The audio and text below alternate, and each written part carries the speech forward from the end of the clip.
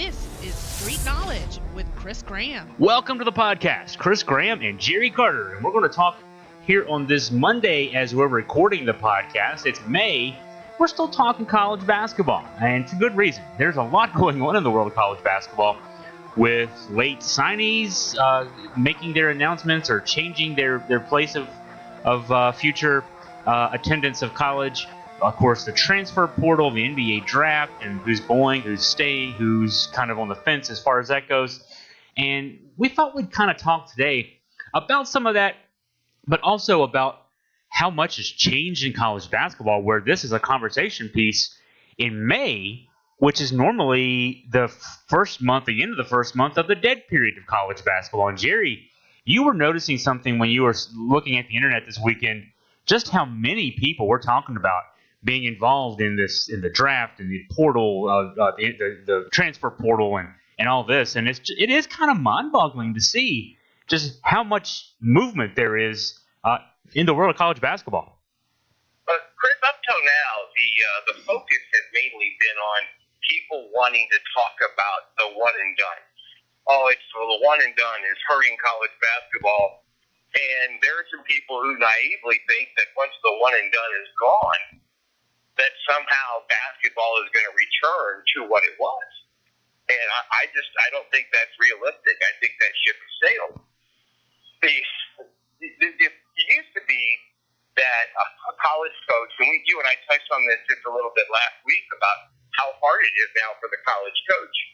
You just have to, it was that you had to scan the high schools, you had to see who was out there, you had to recruit the players that best fit your system. Every now and then you might pick up a JUCO player and try to implement them into your system. But now it's as if the gate is unlocked and the amount of people coming and going in every direction has gone through the roof. Nobody is immune to it. No team out there is in a situation to where they're not being affected by this.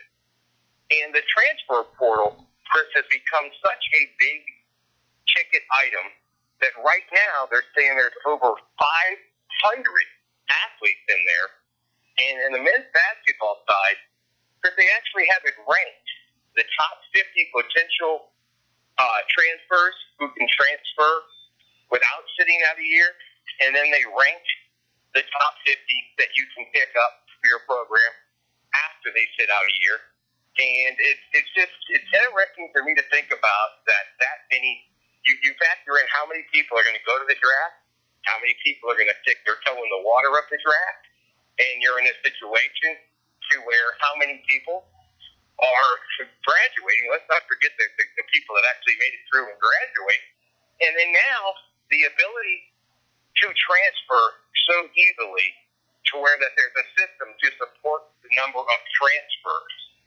It just, again, the old saying about, this isn't your father's Oldsmobile. College basketball is not ever going to be back to the fact where you're just going to the high school gyms and you're recruiting the best high school talent. I think it's safe to say that ship has sailed for good. Now, I'll give a slightly different perspective on the portal, at least. We had, I don't know if we have numbers. I haven't seen numbers, and maybe it's worth looking for a future article, maybe on Augusta Free Press. At the number of transfers, say in 1992, I just picked that number out of the air. I was in college in 1992, and that represents the good old days, right? That's the days when Duke was in the middle of a long championship run. Their guys stayed 4 years. People stayed 4 years back in that, generally speaking, in that day and era, and to now. You had transfers then, and again, I doubt it was as much as it is now with the portal, but the transfer process back before this portal, it felt a little shady because, formally, as coaching staffs weren't supposed to reach out to players and say, you want to come here? We'll give you playing time if you come here. But it happened. Just because something is prohibited doesn't mean it doesn't happen. We all know that. The NCAA exists to at least give a pretense of some rulemaking and rule enforcement. But we know that stuff was going on behind the scenes. It was behind the scenes. And now with the portal, when a guy puts his name out there and says I'm looking to transfer, at least you know, hey, that kid actually wants to transfer. He may not transfer. You know, there's going into the portal doesn't mean you have to transfer. If your coach will take you back, they take you back. Another side to this that is sort of unseen and unthought about by a lot of college sports fans is that when you hear that Johnny from your high school gets a scholarship from State U, you think that means for 4 years he has a scholarship. It doesn't mean that for 4 years he has a scholarship. It's a annual renewal scholarship, and it happens a lot. You don't hear about it, but it happens a lot where kids play their year or they play their second year, whatever it may be, and coach says, you know what, you're not living up to expectations. Whatever reason, I'm taking your scholarship away. I knew a kid from Waynesboro who had that happen to him. Played Division I Loyola of Maryland, scholarship taken away.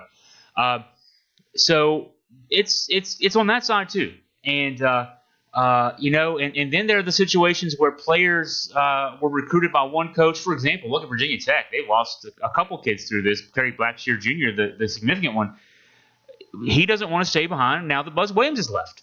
So he's put his name in the NBA draft portal and the transfer portal to test the waters in both areas.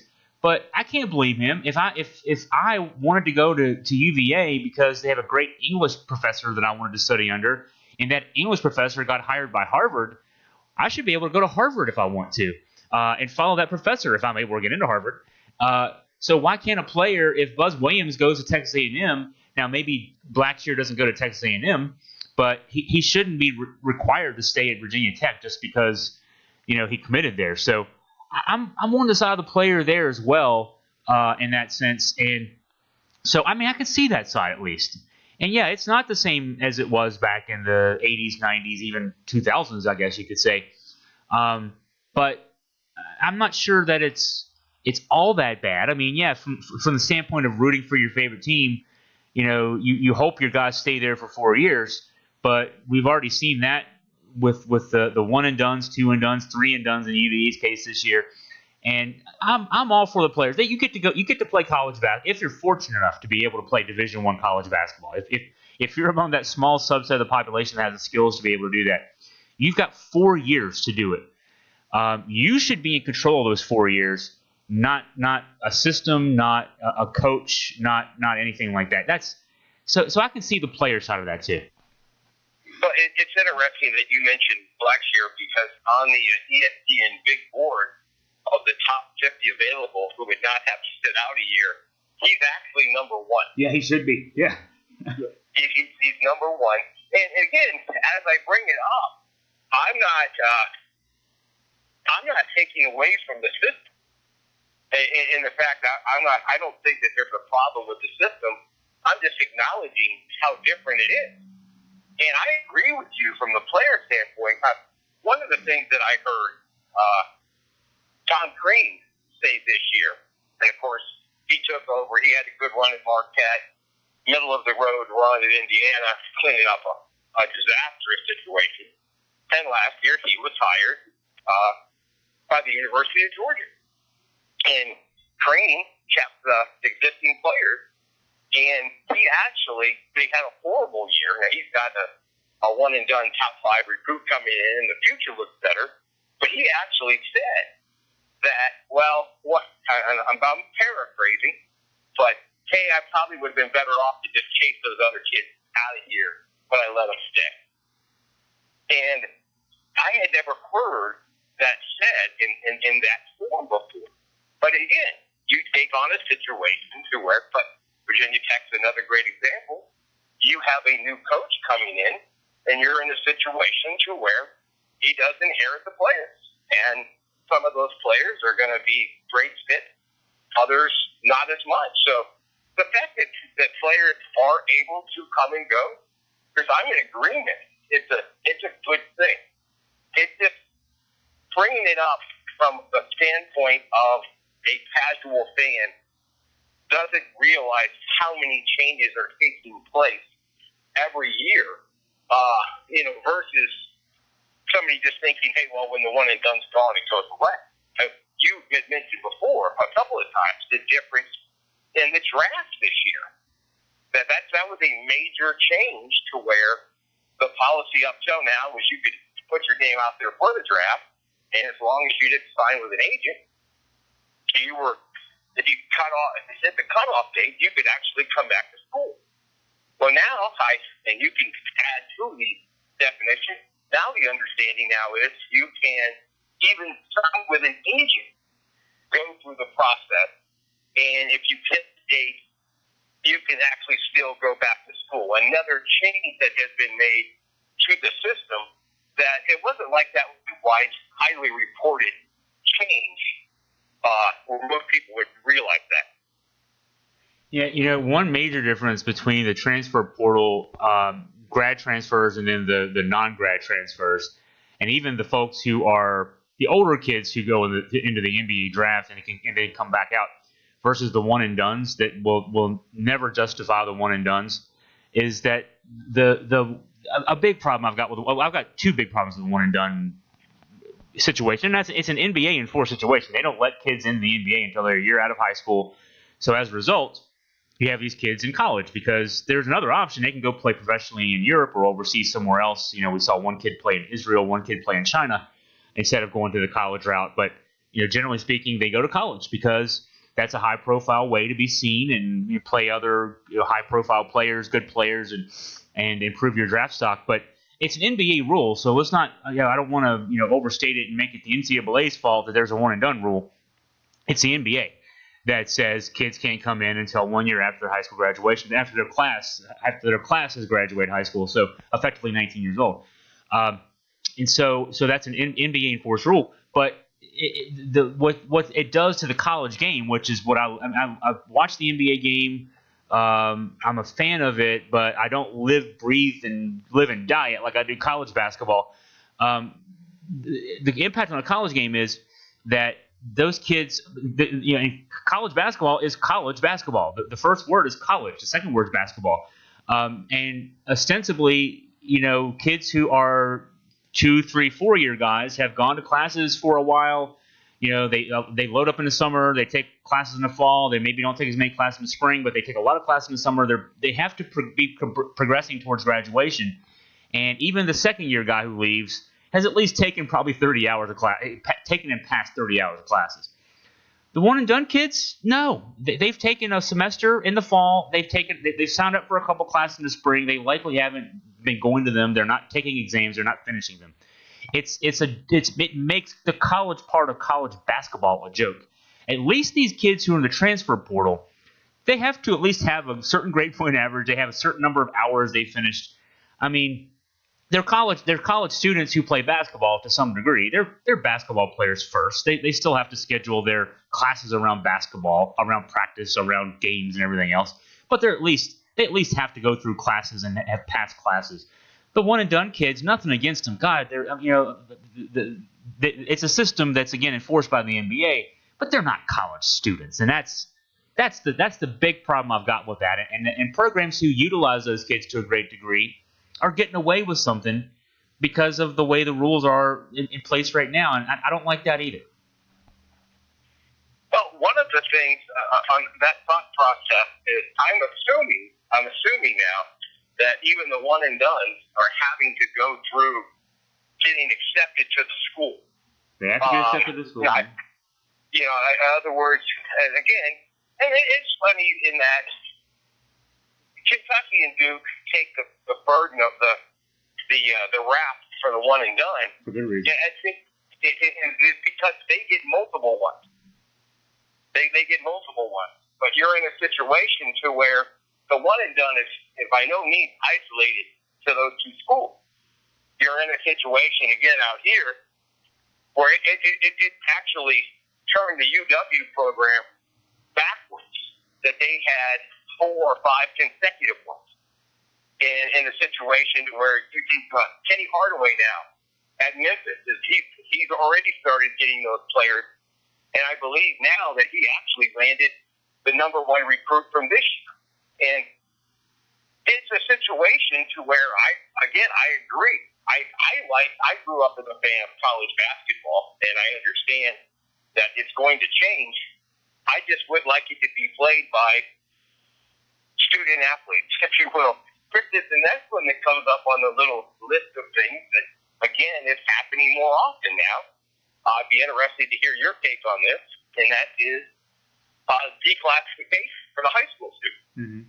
Now, that happened again this week, where one of the top recruits for that would have been a year out is actually reclassified as graduating from high school and is going to go ahead and sign to play college.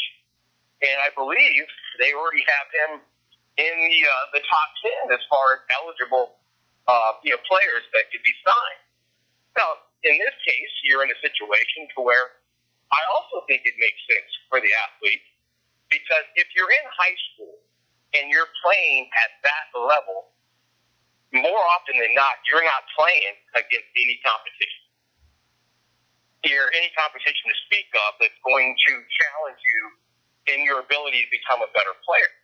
But that's happening now 2 or 3 times. I actually, again, using Duke, for example, it happened last year with Joey Baker. This year, I'm drawing a blank on the young man's name, just announced this week that he is going to be doing it. So, again, another option of tweaking the system. I'd love to hear your thoughts on the high school player having the option to declassify, jump out of school early, and go to college. Yeah, there's one kid that UVA fans think that their program's going to get, and I wrote a column about that just today. Laid out the case for why UVA could get him. Johnny Juzang is his name, from California, and I also say don't get your hopes up. He's a likely one and done kid. He's a smart kid. He's got a brother. His older brother, Christian Juzang, plays at Harvard. His father is a CEO of a healthcare company. His mother is a financial advisor, so he doesn't come from a hard Scrabble background. Comes from a background of high achieving folks. But he's also the caliber of basketball player that makes you think he's a 5-star recruit, number 20 in the class. The caliber of recruit that suggests he could be a one and done. And his final 2 college choices are UVA and Kentucky. Kentucky gets those kids. So that said, he was a kid who was able to reclassify. And to a degree, now in his specific case, what I read about him was interesting. Was he transferred high schools, or transferred, I guess, in middle school, and he took 8th grade twice. Now there's this all kind of opens up a bigger story. Parents who have their children hold their children back a year for athletic reasons, so that they're a year older in their grade and thus have a year advantage on other athletes. It happens a lot in football. It happens in wrestling. I know I've got a family member whose parents did that with him when he was young, and it's working out for his advantage. But so some of those kids can reclassify because they've got extra credits and they're just basically in high school for the athletic reasons.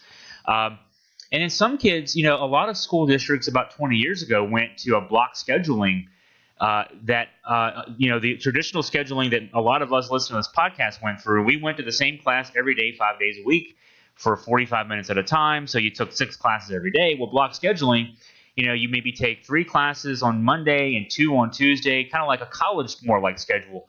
And that kind of scheduling actually allows kids to maybe take more credits in their high school career. And so, you can graduate a semester early. You hear about that with football players a lot. Football players who sign with a program in November and then go ahead and enroll in school in January and go through spring practice before even their freshman season. That's been a phenomenon in the last, say, 6-7 years in college football. And now you're finally seeing it in basketball. And now the advantage, you can't really get an advantage by signing mid-season in basketball. In joining a program in January in basketball, so you just do it a whole year ahead of time. And so there's some of it is the scheduling that high schools give more flexibility. You build your credits up. The kids have to be smart enough to be able to get the credits. And then in some of those cases, again, it's parents who kept their kids back a grade for athletic reasons. And then they give that year up. Though they can't give that year up when they get to the end of their career if there's a need for them. So there's a few things going on there. again, it's for the betterment of the athlete. I mean, if staying back a year is good for you, I think Mamadi Diakite, I have to look this up to verify, but I'm 95% sure that Mamadi Diakite actually graduated high school a year early, and then actually went to UVA and redshirted that first year. So he reclassified and then redshirted. But essentially, he weighed one more year of high school ball versus 1 year of being at UVA and practicing against the UVA team as a redshirt, and decided that year as a redshirt was more valuable, and it's looking pretty good for him now. So yeah, I'm all for that, as long as the kids are able to do it. And of course, that means they have to have educational attainment to be able to graduate high school a year early. So that puts pressure on them in a good way to get out, to be able to get out of high school a year early. Yeah, I absolutely agree with the assessment of, again, the UVA assessment. I'll throw in the same thing going back to Baker with Duke. Baker's options were to play another year of high school ball or to practice every day with Zion and Barrett and Greenwich and those guys. I think he also made the right move. It's just another twist to the thought process, and one more that it doesn't happen as often. But when we had the flurry of signees a few weeks ago, in Duke's case, they picked up, I think it was 3 of the top 20. One of the players that they picked up, Boogie, shooting guard out of San Diego, actually decommitted, and that decision has to be based on looking at the opportunity to play, to get court time when you're in a situation to where for every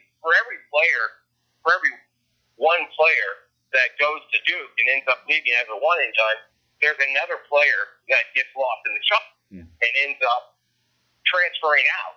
And there's a handful of them that are currently playing now. And then in this case, there'll be now one that has committed and then decommitted based on who all has signed in front of them.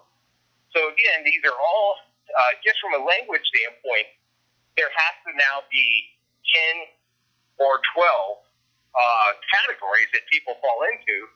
And the graduate transfer is one. UK dabbled in it last year and got one of the best players out of the Pac-10. Graduated from Stanford, came out to play.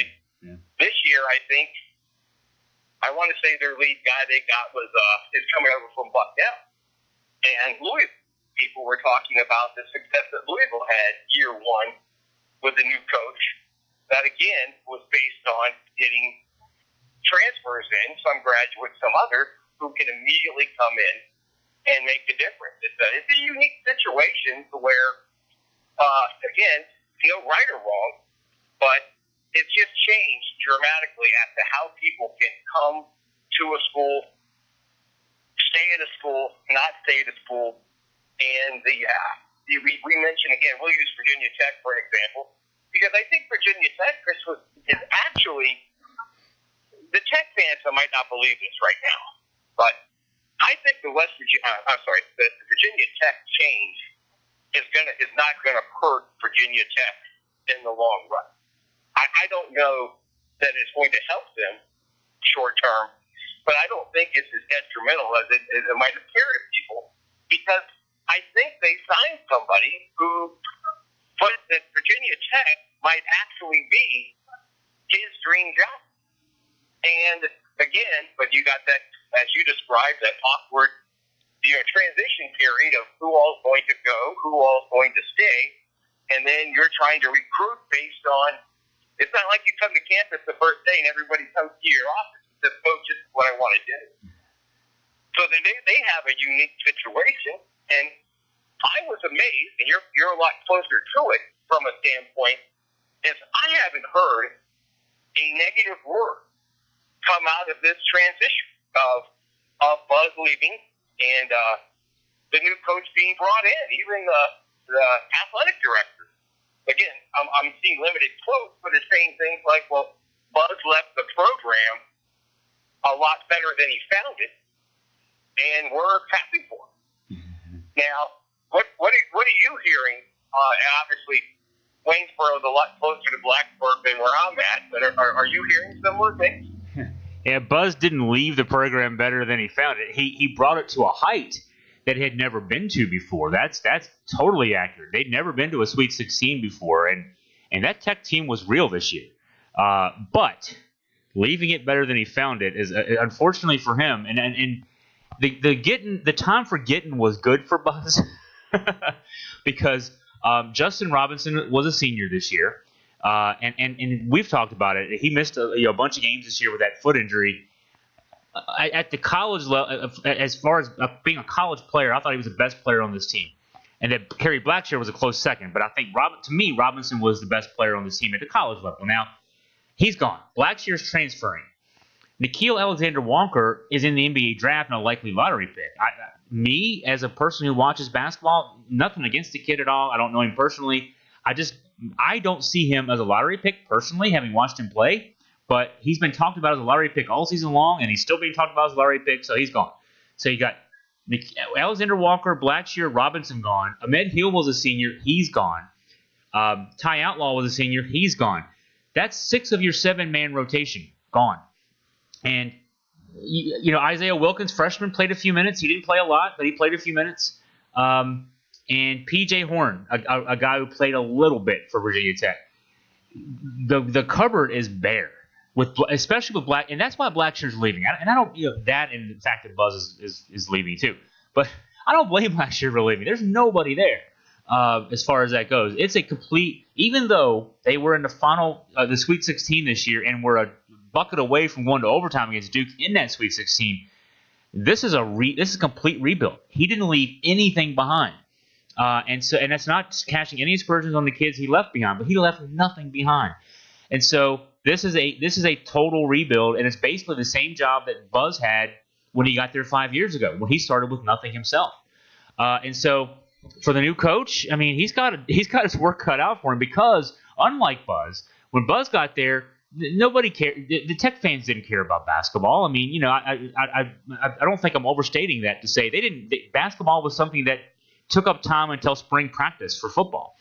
And now Mike Young comes from a program. He won 30 games at Wofford this year, so he's had success, and this is his dream job. I mean, he made that clear when he got the job a few weeks ago. But he's got nothing to work with, and here's how bad it is. And this kind of goes back to our transfer portal talk too. The big news this week is that Keve Aluma, who started for Young at Wofford this past season, is transferring to Virginia Tech. Now, he has to sit out this season because of transfer rules. But this kid averaged 6.9 points a game at Wofford. Now, Wofford won 30 games, but they also played in the SoCon.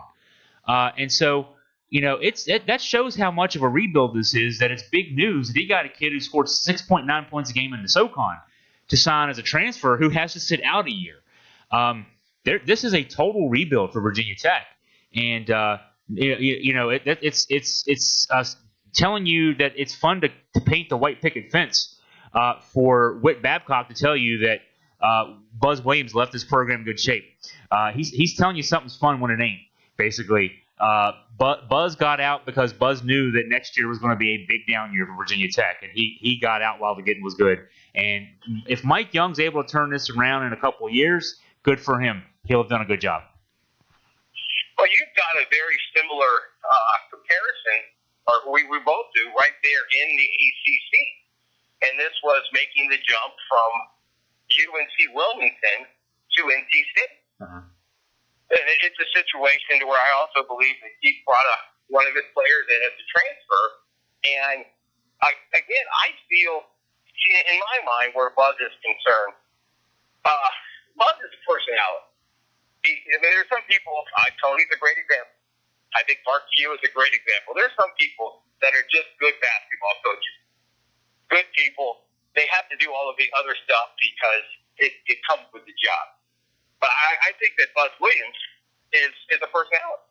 He's somebody who, how quickly he's willing to share his thoughts with you, how, in a positive way, how animated he is. And it's a situation to where I have to ask myself, now I know that he had ties to the state of Texas. I know they offered him a big bag of money. But in my mind, as now that Tony has the championship, now when you're recruiting against Roy Williams, Coach K, and Tony Bennett, I'm not sure that you don't have a ceiling there. Yeah. That you don't have a ceiling that you're not going to be able to break through. And it is a situation to where I don't think that's going to change anytime soon. I mean, Roy's situation concerns me just a little bit with his health. But for me, again, I don't know Buzz personally. I did get to meet him through you and the Augusta Free Press. I like the guy. But I just felt like that it was the time to go.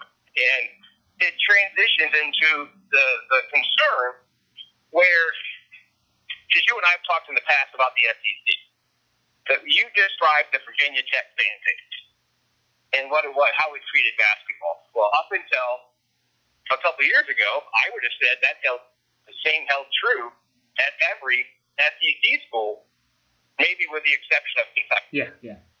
That they just didn't care. It was something to do while you waited for football. And we see that the SEC, even though we have two of the last three national championships, the SEC is the power broker in this game. So I wondered, what would happen if the SEC got involved and decided, hey, we're going to start throwing our money around and try to get rid of this basketball thing. And you're in a situation to where, as we talked earlier in the year at LSU, I'm dumbfounded. Not only did the guy get his job back, but it basically they showed the athletic director the door. Yeah. And again, I noticed that one because the athletic director at LSU was who defeated Mike White at Duke. Mm-hmm. And you're sitting here, and he was in a tough spot. The school was in a tough spot. I kind of applauded the fact that they were trying to do right by the situation. And here we are. It's now a situation to where the coach is back and the AD is gone. Texas A&M, I can remember a few players that Texas A&M had, but I can't ever remember a time where Texas A&M was a serious basketball a player in the game, if you will. Mm-hmm. But it didn't surprise me that they offered a big bag of money to Buzz. Again, Buzz had done a great job at Virginia Tech. He had taken them to a place that they'd never been before. But as you said, even more so than I realized just how fair the coverage actually is. It's going to be interesting to see what kind of success that he has there. And it's just the basketball version of what they did with Jimbo Fisher. Yeah. It's a situation to where the SEC starts getting. Well, what worries me, and I'm not going to say that the ACC is the purest of leagues. I'm not going to say that the ACC hasn't stubbed their toe with a handful of things, especially with some of the newer schools that get added. But it concerns me that the way that the SEC operates from a standpoint of, well, we kind of make our the rules up as we go, and we're going to throw money at things, and it's going to be interesting to see how that changes it. Again, Alabama, after they had the embarrassing loss in the NIT game at home, they cut ties with Avery Johnson, which really surprised me because he's a name. Vanderbilt just went the same way that Memphis University did. They hired a former NBA player to run their program, so they're trying to get on the same level with it. But it's a situation where there's just a lot of moving pieces right now. And backing up just for a second to Virginia Tech, how many years do you think it takes for them to be able to turn this around? And then if they can turn it around, where is their ceiling in your mind? I don't know if I'd even think that it's a likelihood they do turn it around. I wonder if the Buzz years were the aberration for them. And Seth, you think about Seth Greenberg. Greenberg, I thought, did a good job at Virginia Tech, but he only went to one NCAA tournament. Buzz went to 3. I think what happened was Buzz was a guy that, of course, he had success at Marquette before coming to Virginia Tech. He's a good coach. I mean, you look at him, you see him on the sidelines. He looks funny. Looks like Curly from the Three Stooges. He's very animated. He's got a great sense of humor, so it even makes him look a little more cartoonish to detractors at least. But I'll tell you what, that guy can coach basketball. And he can recruit. The recruiting job at Virginia Tech is pretty tough. To get kids to play basketball in Blacksburg is tough. Not even accounting for the fact you're playing in the ACC against Duke, Virginia, North Carolina, Syracuse, Louisville, etc. And so he faced all those obstacles and had success at Virginia Tech. You look back at Virginia Tech basketball history back to the 70s when basketball started getting big, and the history of Virginia Tech basketball is the last 3 years, the 3 years of the last 5 that Buzz Williams coached. And so is he the outlier for Virginia Tech basketball? Is he the guy that when you look back in 10 years that you say, man, they caught lightning in a bottle with that guy? And he wasn't going to be long for there. He was a guy, they stole him from Marquette, and you knew that Virginia Tech was not going to be his last stop. The fact he was very PR conscious. He was a regular guest on the Jim Rome show, for example, which makes no sense. Jim Rome, based in L.A., has this guy from Blacksburg as a regular guest, but he made himself available, and he did things. He was whenever Virginia Tech would lose in the NCAA tournament or before the NCAA tournament, but his first couple of years, he was a guy who sat on the set for the CBS and TBS broadcast of the NCAA tournament. He would be a regular contributor to those. And so he's not afraid of his own shadow. He could talk up a storm. He can coach up a storm. He can recruit real well. He was going somewhere else. And Virginia Tech for 5 years was very fortunate to have him. I'm not saying Mike Young is not going to have success there, but no other coach has had the success at Virginia Tech that Buzz Williams did. Even Seth Greenberg, who I thought did a good job to get them to one NCAA tournament, and a couple of years where they should have gotten bids and kind of got screwed out of bids. I thought Seth did a really good job there to have that level of success. Buzz's success is off the map. I don't know that someone else comes in faced with the same challenges that Virginia Tech basketball coaches face. You're the second wheel on a football program. Based athletics program, a fan base that cares about football first, second, third, fourth, maybe fifth, and you're way down the list as far as that goes. Facilities are ancient; they're horrible. The facilities are terrible, and the setting in the bucolic Blue Ridge is nice for a lot of folks, but for today's college basketball athlete, is it the place you want to go be playing basketball? And you're competing in the ACC against 4 national championship coaches. It's tough. I'm not sure if I give any odds. If Mike Young does anything close to what Buzz Williams did, I'll say he did a great job. I just don't know that he or anyone, given the reins of this program with what they have now, can have any level of success. So it's at least a couple-year rebuild. If it goes beyond that, and we don't have to look down the road for the next Virginia Tech coach. Mike Young has his work cut out for him. Well, it's interesting where the comparable between Seth and Buzz, and again, I felt I'm a huge fan of Buzz. I think you're spot on with the fact that he was probably maybe the lone coach on the men's side in the ACC that was possibly looking for the next job. That's not to say that it couldn't happen someplace else. But I don't see that a lot of schools in the ACC, if you're already coaching men's basketball in the ACC, I don't know how many opportunities there are going to be that someone's going to say, okay, I'm going to leave here and take that job. With that said, it's a situation. I do think there's parallels to the NC State program and what they're going to have to be able to do to actually recruit basketball players, and they're going to get players. It's not like they're going to struggle to fill their roster. I'm just thinking that Virginia Tech is going to be interesting. It's going to be interesting to see how Mike Young goes about building the team. It's a situation to where I don't think it's going to be. If I'm Blackshear, I wouldn't be staying either, only because of how next season is going to look. Now, I thought I had read that Blackshear was leaning towards going to Kentucky, which would be scary in its own right. Yeah. But going backwards just for a second, where Seth is concerned, well, while I do consider myself a fan of Buzz, I never was really a fan of Seth. While he was at Tech, he's fun to listen to on TV. But I thought with the talent that Seth got down there, I felt they were 2 or 3 years. He was a jump shooter away from having a Final Four team.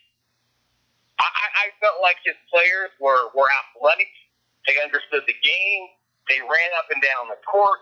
They played with the same way that Leonard Hamilton's players play.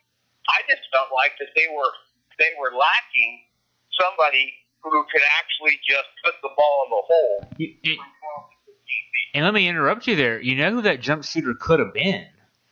There was this kid from Charlotte, the Charlotte area, that his father played basketball. You might have heard him. Del Curry played basketball at Virginia Tech. And they offered this young man, his name, he went by Steph, and they offered him a walk-on opportunity. Boy, he could have filled the void there. I was sitting there looking at that, and Seth will never get past that one, but Here's what I would have done if I was Seth. If I was Greenberg, I would have stopped right when it happened, right when he had that run at Davidson. I would have stopped right then, and I would have signed the little brother. Yeah. I don't care what the kid does. He's playing for me. Yeah. I don't care if he was in middle school. I would have signed him at that point to say, okay, I'm not going to make the same mistake twice. Yeah, I'll tell you, when I was sitting in at JPJ, Dave Lato's last year, as it turns out, UVA loses to Liberty in November at home in JPJ. And Seth Curry lit up Virginia in that game for 31 points. I turned to a writer friend of mine and said, all right, are there any other Curry kids? Because let's go ahead and sign those kids right now. If there was one more Curry kid, it was a girl. And so wouldn't have helped men's college basketball as far as that goes. But, yeah, same sentiment for me watching Seth light up Virginia in Dave Lato's last year. Well, he ended up now, in 2015, he did not get to see court time, but he was in his redshirt year at Duke and was part of the team at Duke that won the national championship.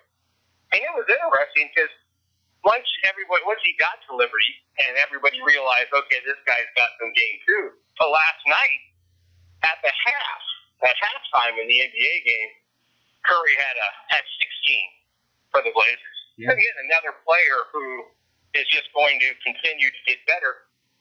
But sticking in the ACC scheme of things, we had talked during the season about Danny Manning and his tenure at Wake Forest. Has anything there surprised you? Yeah, that he's still employed at Wake Forest. And I just, I want to root for him to turn that thing around. I don't know that I see it. And Wake Forest is a program that they've never won a national championship, but they've had some nice times. Carl Tacey years back in the 80s, they had some good teams. Those Dave Odom teams in the 90s with Tim Duncan and Randolph Childress, they were a number one seed in the national tournament a couple of times.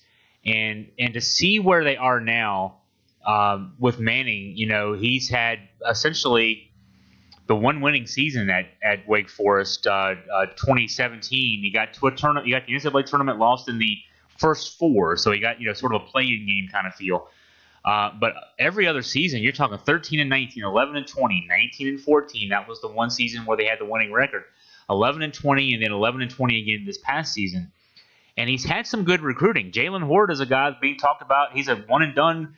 You talked about this earlier, Jerry. Not all the one and dones go to Duke and Kentucky and make their programs better. Jalen Horde's a guy that's going to be a lottery pick. And he played for a bad Wake Forest team this year. So Manning's been able to recruit some talent, just not enough to put it together to win. And you're 5 years in now with a guy who's had 4 losing seasons, and not 4 like 16 and 17 type seasons. I mean, 19, 20, 2020 are your losses in the 4 losing seasons, and even your winning season was 19 and 14. Part of this is they after the winning season a couple of years ago, they offered an extension.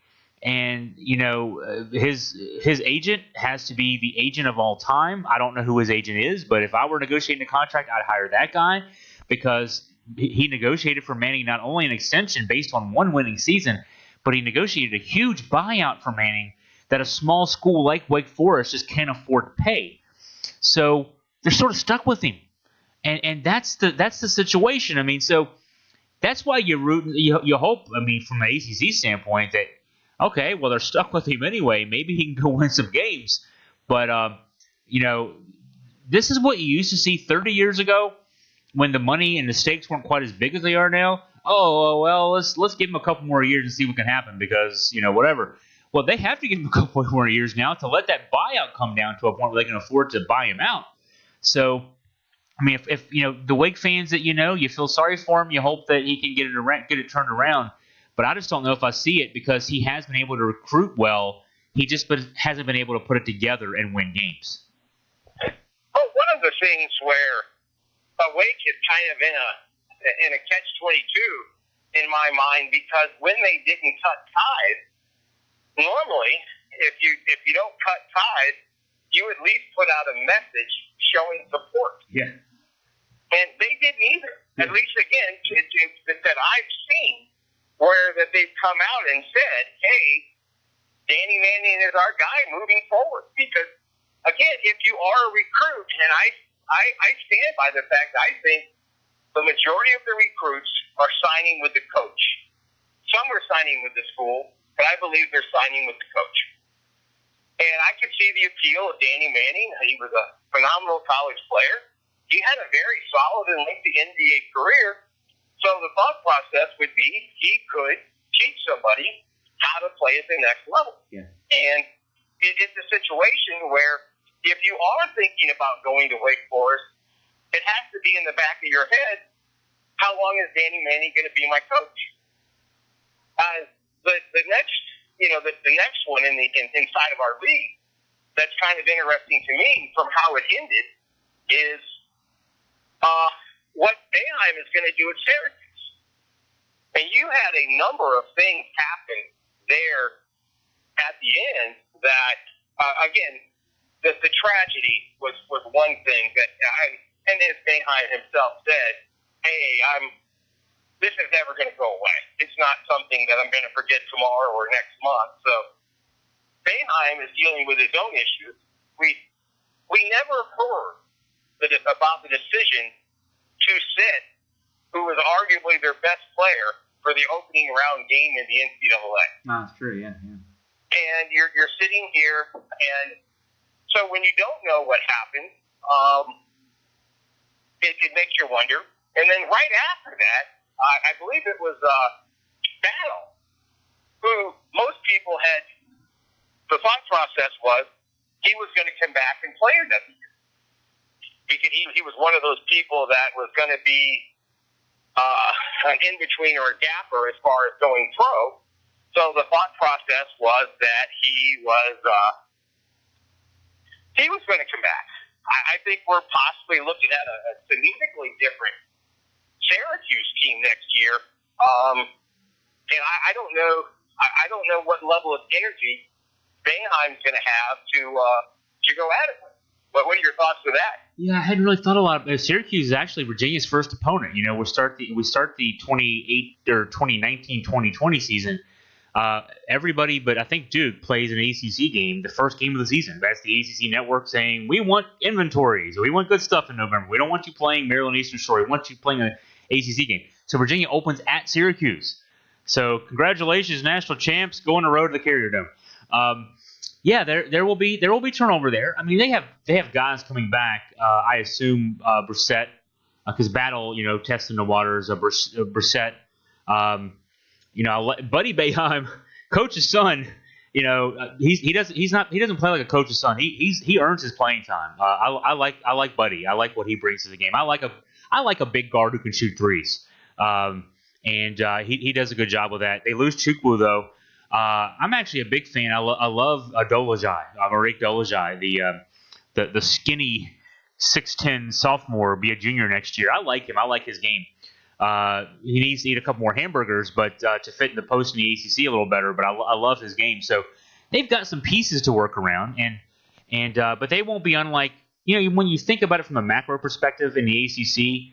There's a lot of uncertainty. I mean, certainly Duke and Carolina have reloaded, but when you have freshmen coming in, some of them work out greatly, some of them don't. What we don't have is the certainty of a Virginia team that doesn't bring back guys that could have had eligibility for one more year.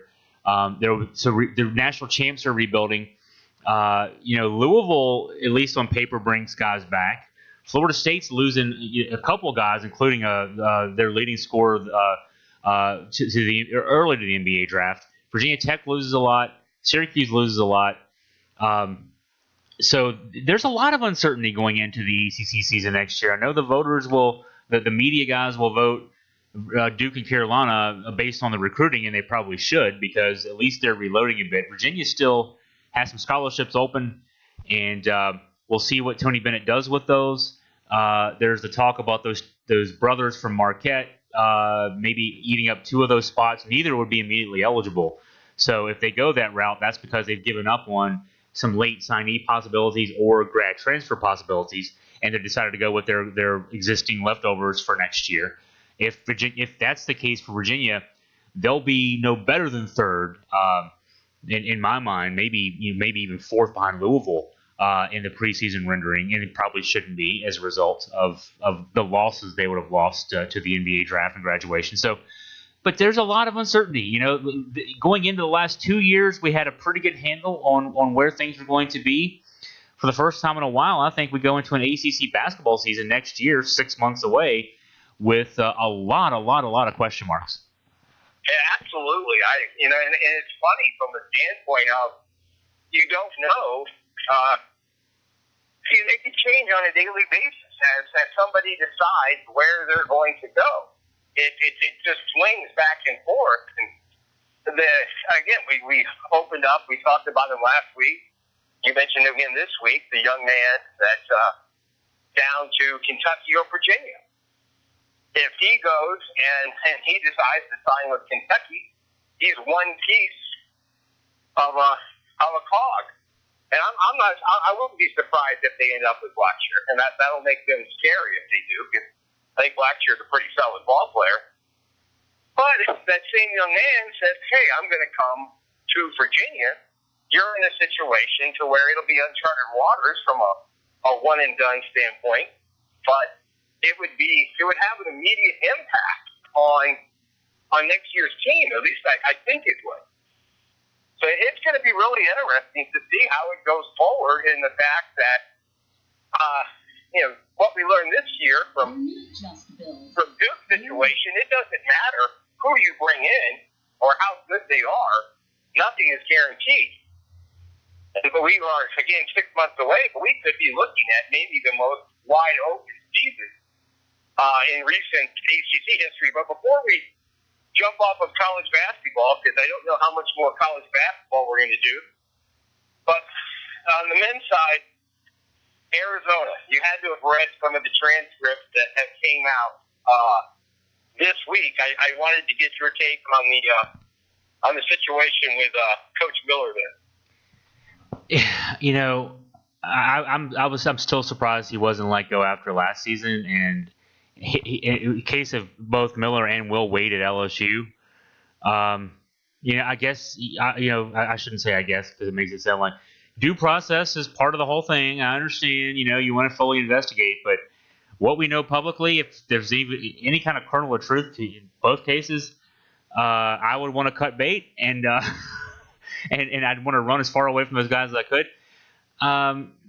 But Arizona doubled down last year. I don't know that I see them running away from him until they absolutely have to. in this case, and I say the same for LSU and Will Wade. It's a sign of the times in college basketball. I'm more offended at those kind of things than I certainly am at one and done or transfers and that kind of nonsense, because these are coaches who, I mean, from everything we know, and we're talking about testimony in federal trials, so I don't think we're talking about information that you have to worry about the nature of. This is shady stuff, and it's on the record kind of stuff. So, but that said, I'd be very surprised at this stage unless there is film evidence of Miller handing a bag of money over to somebody that's time stamped with certificate of authenticity that they're going to do anything with him. So that's I'm sure that's where their program is now, and that if that's what they want, that's what they've got. And they and LSU both are the UNLVs of the 2019-2020s, I guess. Well, Chris, the tough part for me, where Miller is concerned, is Miller hasn't won anything anywhere. That's the part I don't understand. I mean, if this was still,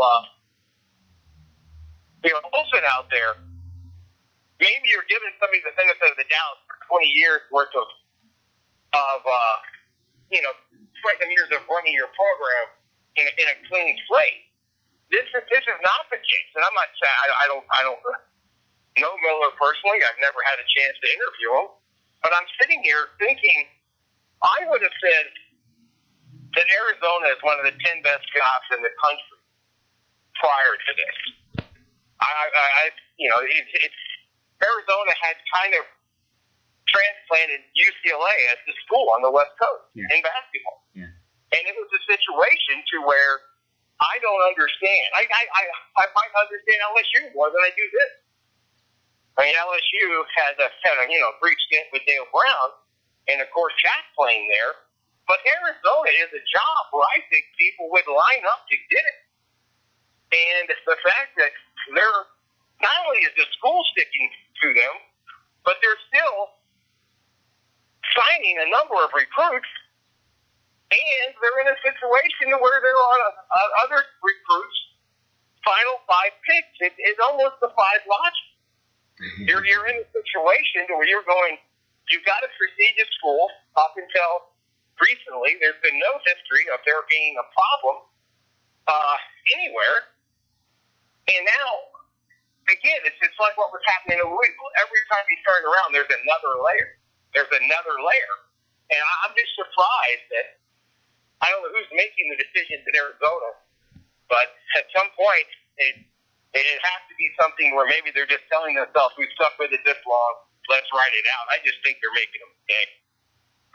I do too. So, hey, let's wrap up the podcast, Jerry. And one thing we do every week when we wrap up our podcast is, Jerry, you give us some news and notes of things of interest that probably don't get a lot of coverage on other podcasts. So wow us with a few news and notes as we wrap things up here. Well, I will say the first thing is from the WNBA side, they go to training camp this week. It's a situation to where, again, they're going to be operating with one hand tied behind their back this year. It's still going to be a good season. It'll still be very competitive. But the fact that Breanna Stewart is definitely out for the year is going to hurt their efforts. But they do get underway this week. And another thing that I follow really closely, and you and I have had a couple of conversations on, and that is the career, in this case, the baseball career of Tim Tebow. And last year, before Tebow got hurt, he looked like he was at a point where it was inevitable when he was going to get a call-up from the Mets. In fact, because their season last year was so disappointing, it was all but guaranteed that before the hand injury, he would make it up there in September, whether it was for a cameo or not. Well, this year, Jimmy started the season at AAA Syracuse, and obviously one level below the Mets. And he is in the middle of his first prolonged slump right now. So the question was going to be, was the pitching at that level going to be more than he could come to grips with. And it started out as a little bit of a slow start, but now we're basically a month into the season, and his average has actually dropped down to just below 150. So it's a situation. It doesn't change my admiration for the situation or my thought process, but if I'm going to share a thought, he was hitting 290, and if I was going to be willing to share that update with you, then I've got to be able to share the same update that he is really struggling with Syracuse, and they're going to be faced with a really tough decision here before too long, in that they're trying to let him work his way out of his slump, but it's a situation where over the last 10 games, the number is even lower. It's a 121. So he's definitely in a little bit of a funk there, and I'm hoping he'll be able to turn it around. But if not, I think that the Mets organization is going to have to take a look at sending him back down to Double-A, which will be interesting to follow if that happens. And the last thought process was back to the one and dones. Memphis, Georgia, and UW, three powerhouse basketball schools, if you will, all have landed one of the top 8 high school prospects that are all going to be one and done. And my thought process is just buyer beware. It doesn't always play out exactly like Kentucky and Duke make it look sometimes. Not as easy as it seems, indeed. So, well, Jerry, I want to thank you for your time on the podcast this week. We look forward to talking again next week, and this was fun, talking some in-depth stuff. So, thanks for your time again.